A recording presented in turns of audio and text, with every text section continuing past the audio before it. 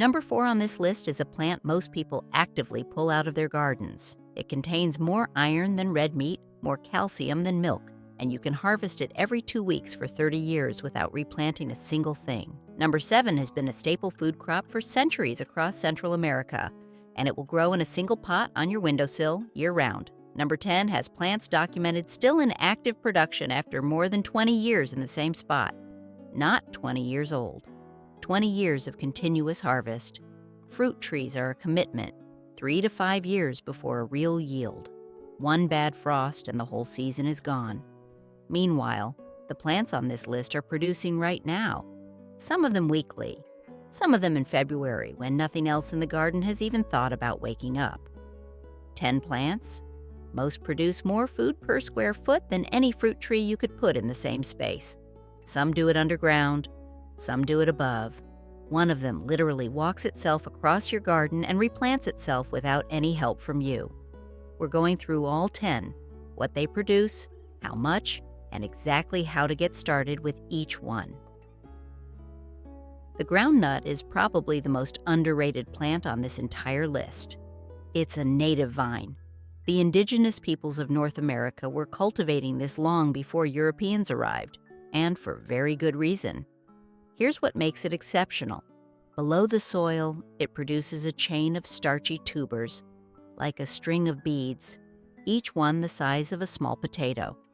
One established plant can yield 2 to 3 pounds of tubers per season, but it also gives you something the apple tree never will: edible protein-rich seeds in pods above the ground at the same time.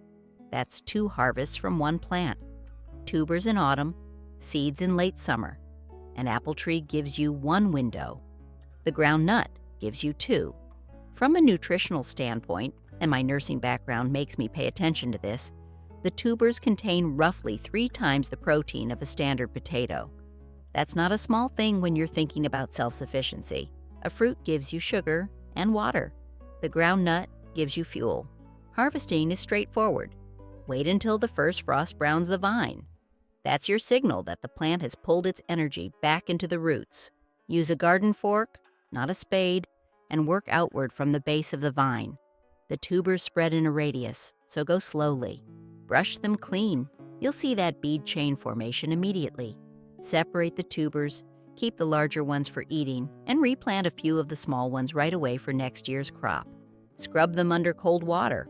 The skin is thin, you don't need to peel. Roast them at 400 degrees Fahrenheit for 35 minutes with a little olive oil and salt. The texture is dense, almost chestnut-like, earthy, and satisfying. Most people know nettle as the plant that got them once as a child and that they've avoided ever since. That's a mistake that's costing them one of the most nutritionally dense plants available in the temperate world. Nettle is a perennial. You plant it once, ideally from root division, and it returns every single spring for decades. One established patch can yield harvestable tops every 2 to 3 weeks through spring and summer. Think about that relative to a fruit tree. You might get 1 harvest window in late summer. A nettle patch gives you 15 to 20 harvests across a single growing season. The nutritional profile is striking.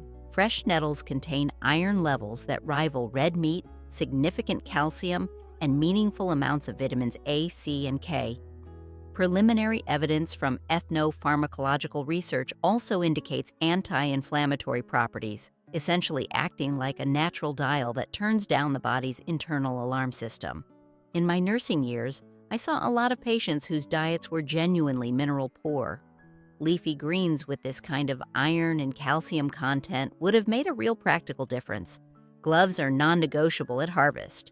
Heavy rubber gloves, not thin latex. Work from the top down and cut the top 4 to 6 inches of each stem. These young tips are the most tender and nutritionally concentrated. Once blanched in boiling water for 2 minutes, the sting is entirely gone. The plant is completely safe. The heat collapses the hollow, stinging hairs. Drain them and use them exactly as you would spinach. Nettle soup, nettle pesto, nettle stirred into eggs. The flavor is deeper than spinach, mineral and green, like the forest floor after rain. For drying, spread blanched leaves on a rack in a warm, ventilated space for 48 hours. Store in glass jars. Crumble into soups and broths through the winter months. The iron content survives drying. The walking onion has one of the strangest life cycles in the vegetable garden. And once you understand it, you'll never go back to buying onion sets. It produces small clusters of bulblets, called topsets, at the very tips of its stems. Those topsets get heavy, the stems bend, the topsets touch the soil, and the plant literally walks itself across your garden, replanting itself. Left alone, one plant becomes 20 over 3 seasons, with zero effort. Now compare that to an apple tree, which requires consistent pruning, thinning, and some years gives you nothing. What can you harvest from a walking onion? Everything. The green shoots in spring, the stems through summer, use them like scallions or chives. The underground base bulbs in autumn, use them like shallots. The topsets themselves, plant some, pickle some. One plant, 4 harvestable components, 12 months of the year in mild climates. That's a yield profile an apple tree genuinely cannot match. In early spring, as soon as the green shoots emerge, and they come up fast, even through light frost, harvest the outer shoots by cutting at the base, leaving the center to keep growing. The topsets form from midsummer onward. Pinch off roughly half of them. This redirects energy into the base bulb, making it larger, while still leaving enough topsets to walk the plant forward. The base bulbs are best harvested in autumn, once the top growth yellows. Dig them, separate them, cure them in a dry, ventilated space for 1 week. They store well for 3 to 4 months at cool room temperature. Most people grow society garlic as an ornamental. The flowers are genuinely beautiful. Long lilac clusters on tall stems from summer right through to early winter in mild climates. What most people don't realize is that every single part of this plant is edible. Flowers, leaves, stems, and rhizomes. Every part, simultaneously harvestable, every week. The flavor sits somewhere between garlic and chives, milder than raw garlic, more complex than chives. It works raw in salads. It works cooked into anything that calls for garlic. Because it's a clumping perennial, one established plant divides into a larger and larger clump each year. After 3 years, a single rhizome division can give you 20 or more plants to propagate or trade. It's also drought-tolerant once established, which matters in the Pacific Northwest in those dry July spells we get. And it has genuine pest deterrent properties around vegetables. Evidence suggests the sulfur compounds repel aphids and some root pests. Leaf harvest. Cut the outer leaves from the base, leaving the central growth to continue. Never take more than 1/3 of the plant at once.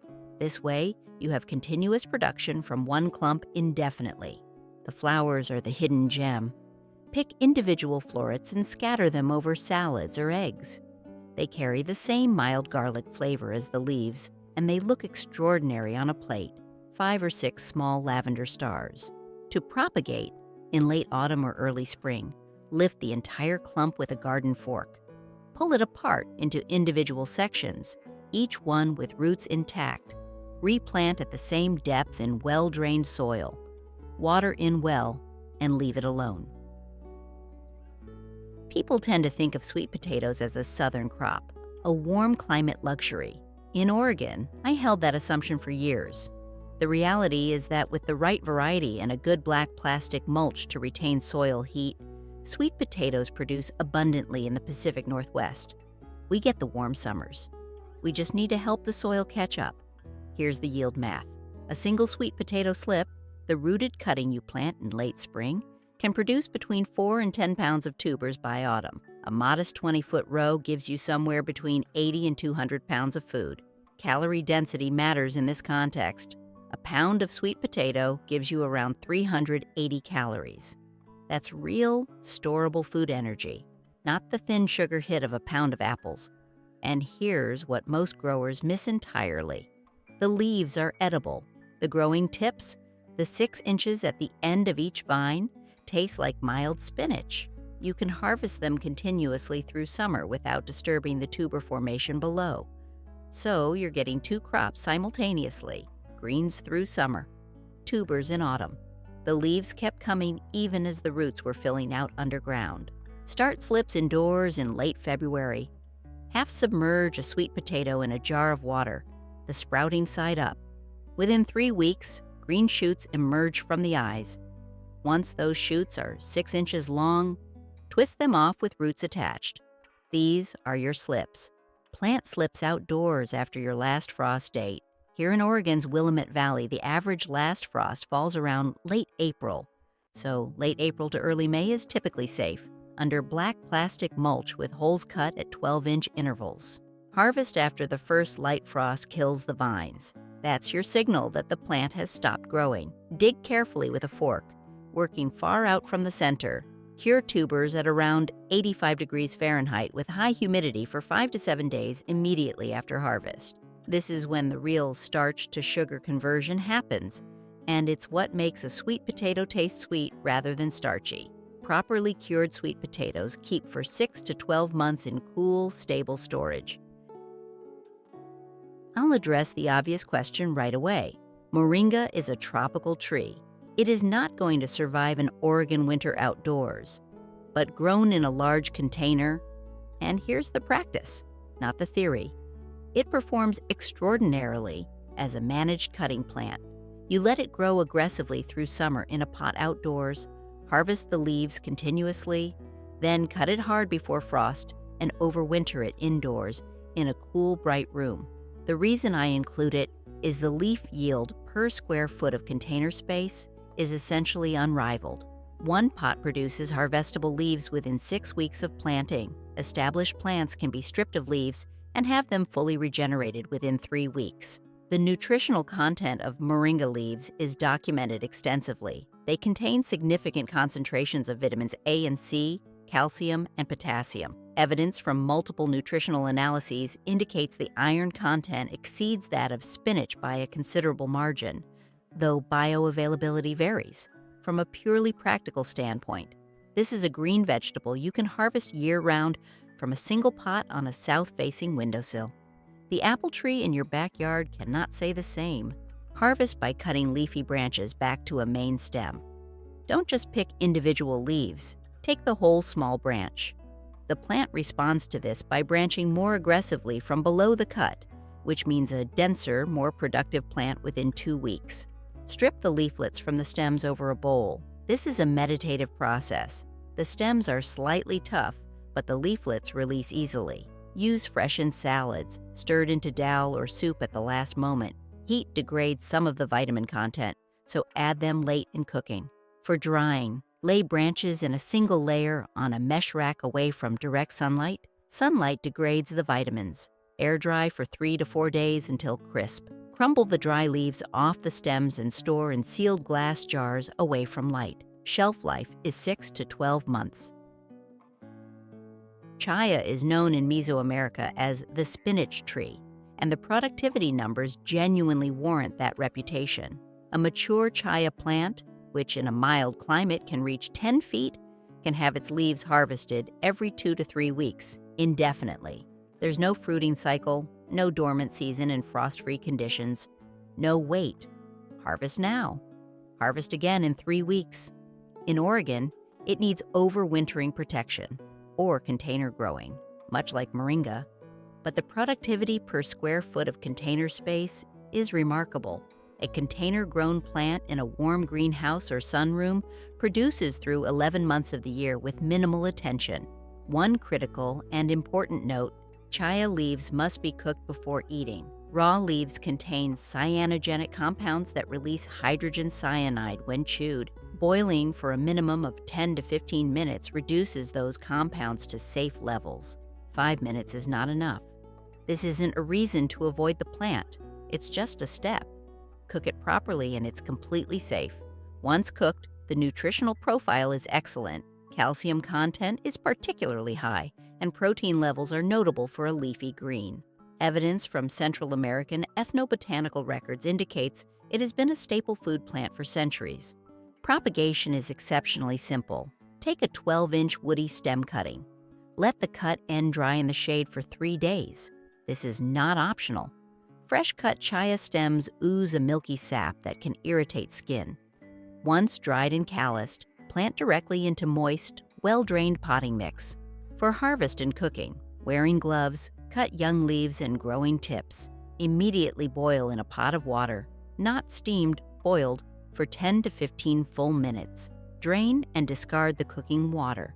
The cooked leaves become tender and dark, very similar to cooked spinach in texture and flavor. Serve as a simple sautéed side with garlic and olive oil after the boiling step, or fold into eggs, soup, or rice dishes. Once boiled, it can be frozen in portions for later use. This is how I manage the winter gap when the container plant is resting. The multiplier onion operates on a principle that seems almost too good to be true. You plant one bulb. You harvest anywhere from 4 to 10 bulbs in its place, every season, indefinitely. This is not selective breeding or modern horticultural engineering. Multiplier onions have been grown this way for thousands of years. They're mentioned in ancient Egyptian records. The mechanics are simple. Each planted bulb splits underground during the growing season, forming a tight cluster of daughter bulbs around the original. No seeds needed, no annual purchasing. Plant your saved bulbs each autumn and the cycle repeats. In terms of food security mathematics, start with 10 bulbs this autumn. Harvest 40 to 100 next summer. Replant 20. Eat the rest. The following year you have 80 to 400. The flavor is strong and full, closer to shallot than supermarket onion. They store excellently in a cool, dry room for 6 to 8 months. They never stop giving back. Plant in early autumn, September through October for most temperate climates. Point facing up, 2 to 3 inches deep, 6 inches apart. Mulch lightly with straw over winter. Harvest in summer when the tops yellow and fall over. Nature's signal that the bulbs are finished swelling. Lift the entire cluster with a fork. Separate the bulbs gently. Lay them on a wire rack or hang in mesh bags in a warm, ventilated space. Cure for 2 to 3 weeks. Before storing, sort them by size. The smallest, marble-sized, are your replanting stock. The medium and large ones are for the kitchen. This simple sorting is all the seed saving this crop ever requires. Turkish rocket is an underused perennial vegetable that bridges a critical gap in the harvest calendar. The weeks between winter and when most other crops come online. It emerges in late winter, sometimes through light snow, producing large basal rosettes of leaves that are ready to harvest before anything else in the garden has woken up. It's a member of the Brassica family, so if you know mustard or arugula, you understand the flavor profile. Peppery when raw, mellowing considerably when cooked. The young leaves are the best eating. Established plants send up tall flowering stems in late spring, a critical management move. Keep cutting those flowering stems back before they fully open. This diverts the plant's energy back into leaf production and stops it self-seeding aggressively. The cut flowering stems are edible. Treat them like broccoli rabe. After a few years in the ground, Turkish rocket becomes drought-tolerant and self-sustaining. It does not require division, replanting, or much attention at all. That's the perennial advantage. Harvest the youngest, outermost leaves from the rosette. Take no more than half the plant's leaf area at one cutting. The inner leaves continue growing immediately.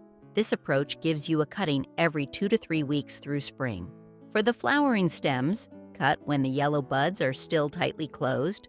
This is the broccoli rabe equivalent moment. Steam or blanch for 3 minutes.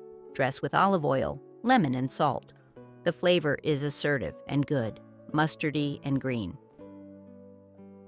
Most people grow annual kale. You plant it in spring, harvest through summer, it bolts in heat, and you pull it out. That's a fine vegetable, but it's not a perennial system. Perennial kale varieties, and the two most practical for home growers, are Dobbinton's and walking stick kale. Operate entirely differently. Dobbinton's kale spreads through stem layering. Any stem that touches the ground puts out roots and becomes a new plant. A single original plant becomes a colony within 2 to 3 years with zero intervention from you. Walking stick kale grows upright, sometimes reaching 6 feet in height, with a woody stem that supports a canopy of leaves at the top. It produces leaves through all but the very harshest winter weather. In a Pacific Northwest climate, that means 12 months of harvest from a single plant.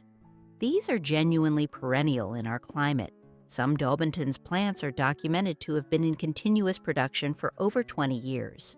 That's not a growing season, that's a generation. Nutritionally, perennial kale matches or exceeds standard kale, rich in vitamins K, C, and A, with meaningful calcium content. Evidence from ongoing cultivar trials suggests the perennial types may develop lower glucosinolate levels over time, resulting in a less bitter flavor than standard varieties. Propagation is the easiest of any plant on this list. Take a 6 to 8 inch cutting from a healthy stem, strip the lower leaves, and push it into a pot of damp compost. Keep it shaded and moist for 3 weeks. Success rate is above 90%. For harvest, always take the youngest terminal leaves, the growing tips at the end of each stem. This is the tenderest material, and the harvest triggers more lateral branching, increasing the plant's overall productivity. Never strip a stem clean. Use exactly as standard kale.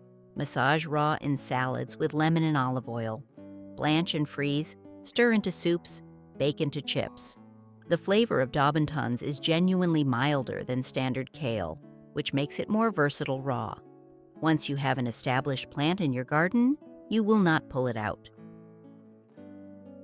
10 plants, most of them available right now, at a nursery, through a seed swap, or already growing in a corner of your garden you've been ignoring. The apple tree isn't wrong, it's just slow and singular. These plants are fast, continuous, and generous. From my years as a nurse, I learned that the most powerful interventions are usually the simplest ones, done consistently. A garden works the same way. You plant once, you tend a little, you harvest for years. The one that surprised me most the first time, and the one I'd recommend you start with if you're choosing just one, is the walking onion. Plant it once, it takes care of itself, and it never stops giving. If you've got one of these already growing, or you've tried any of them, I want to hear about it below. Tell me which plant, tell me where you are, tell me what your experience has been, and if this kind of practical evidence-based gardening content is what you come here for. The subscribe button is right there. It's the easiest thing you can do to make sure you don't miss the next one. I'll see you in the next one.